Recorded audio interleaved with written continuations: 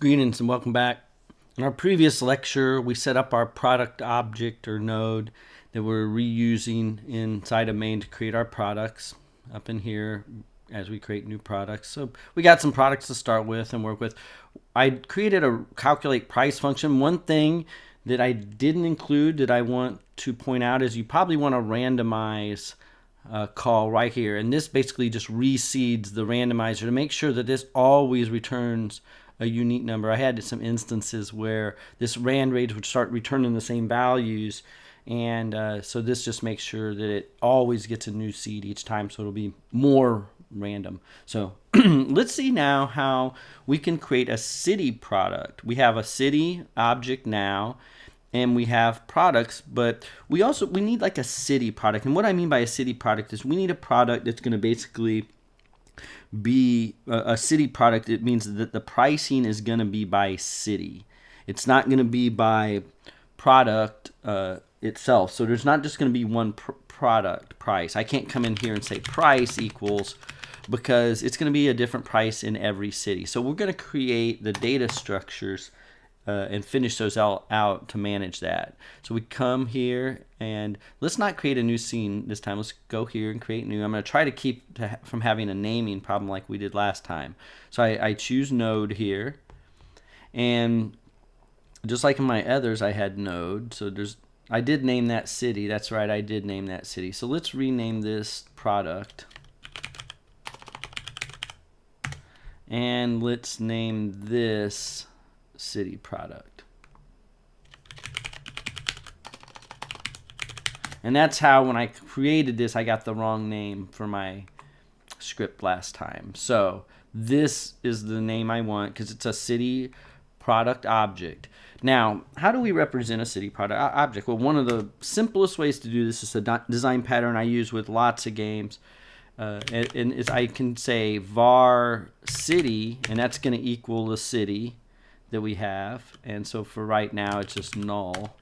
And var product is going to represent the product, and that right now is also null. And then finally we have a var price for what the price is going to be in that city, that specific city. So this will be the reference to the city that it goes with, this will be the reference to the product it goes with, and then we're going to have a price as well. So we can create our constructor just like we did with our product, so that it can take a city that will pass in, a product that will pass in, and we'll let it calculate its own price by just using that same method that we had before. So we're going to say in our init, and we want to put underscores in front of these so that they won't conflict. We're going to say city equals city. So that gives us a reference back to the city. We're going to say product equals product. That gives us a reference to the product. Price equals product dot calculate price. So it'll basically grab a random price using that product calculation and stick it in here in this price, but this price is now attached to a city and a product. So let's go ahead and save. And this same is the scene along with our code. And that's why we have a code file. That's how it got misnamed last time, is that was named node. So we have our three important objects here. And so let's go back into main. And we have our create products and our create cities. Let's put our create products first, because when we create our cities, we can then loop through, and after we're done with our cities and we've created them, and I can collapse this down so we don't have to look at that ugly code in there. Those would all be refactored later when we're not prototyping. But let's go ahead now and create our city product. So we're going to say create city products. And I'm putting this separate because the way we create these cities is not the way we'll probably want to do it later. So we don't really want to have our create city products complicated by that. So create city products. And we probably want to loop through the cities first. So we'll say for city in cities. So this will loop through the cities. And it's going to basically, for each city we're on, it's going to put that city inside of here. And then we can say for product in products, like that. And now's where we would want to create the city product. So we can say, we'll say var my city product equals, actually I can do this. We'll keep that underscore convention going. City product, we're going to say city product, and we got to import it. So everything has to be imported here up at the top. Preloaded, I guess, is the term they would prefer we use. Everything has to be preloaded, and so this will be city product. And so city product, keep our convention, equals city product. And now, just like we would do with the others, we do the new, and we want to pass in our city, and we want to pass in our product to the constructor. And that's it. That should be it to create our city product. So we're looped through all our cities, we're looping through our products for each of the cities. Then we create this city product variable, and we create our city product, and then we just have to add this to our city. So we would say city.products, city products dot append city product. So the cities are keeping the lists of the city products. That's right here. When I go to city, we see it here. I created that list. This is going to hold all our city products. And I look back again.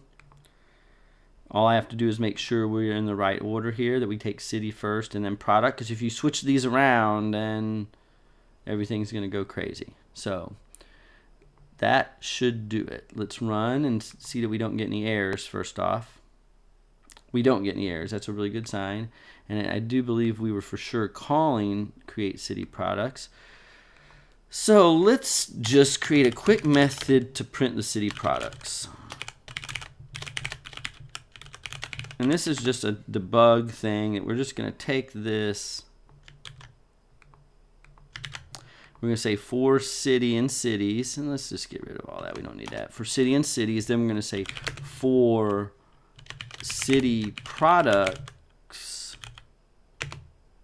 in, or city product in city.products. Let's just print that out.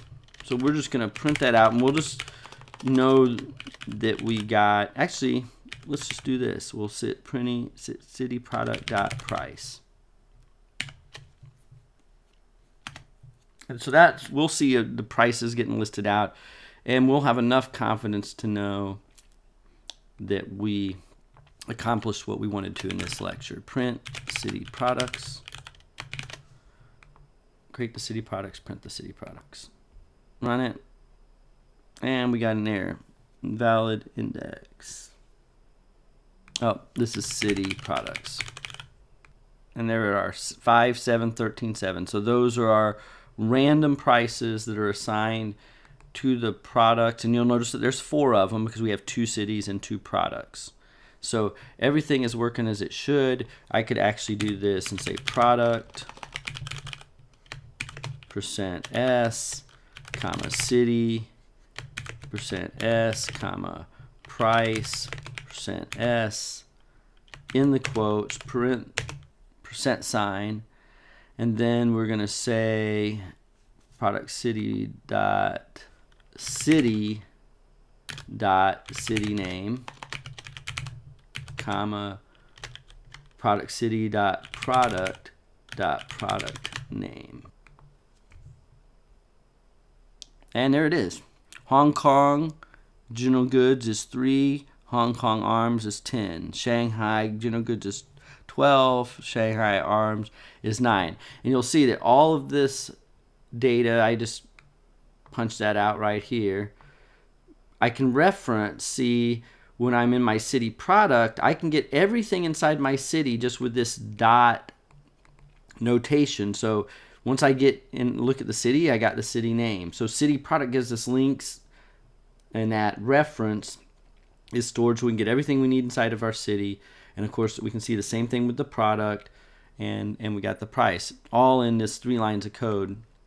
We're able to loop through that and see that we got all our data stored correctly. So that's going to wrap up this lecture. This is really the core of where we needed to get in terms of our data architecture. We have our product lists, we have our cities, and products combined, and we have our pricing, and all these connected together. Now we can start using these same principles like we have here to start building out UI classes and user interface classes that will load from these, what I would call data classes. So initially, I was thinking about putting a panel on product and city and making it function as like a dual visual element as well as a data element. It's just really not a good design practice. You're better off having these like data only objects with just data and processes, and then we'll create separate visual objects that will use signals, and we'll use this object cohesion, where we have these object pointers talking to each other so that everything is well designed, well connected. We can build our game out easily. So hope you're having fun. Really look forward to seeing you in the next lecture.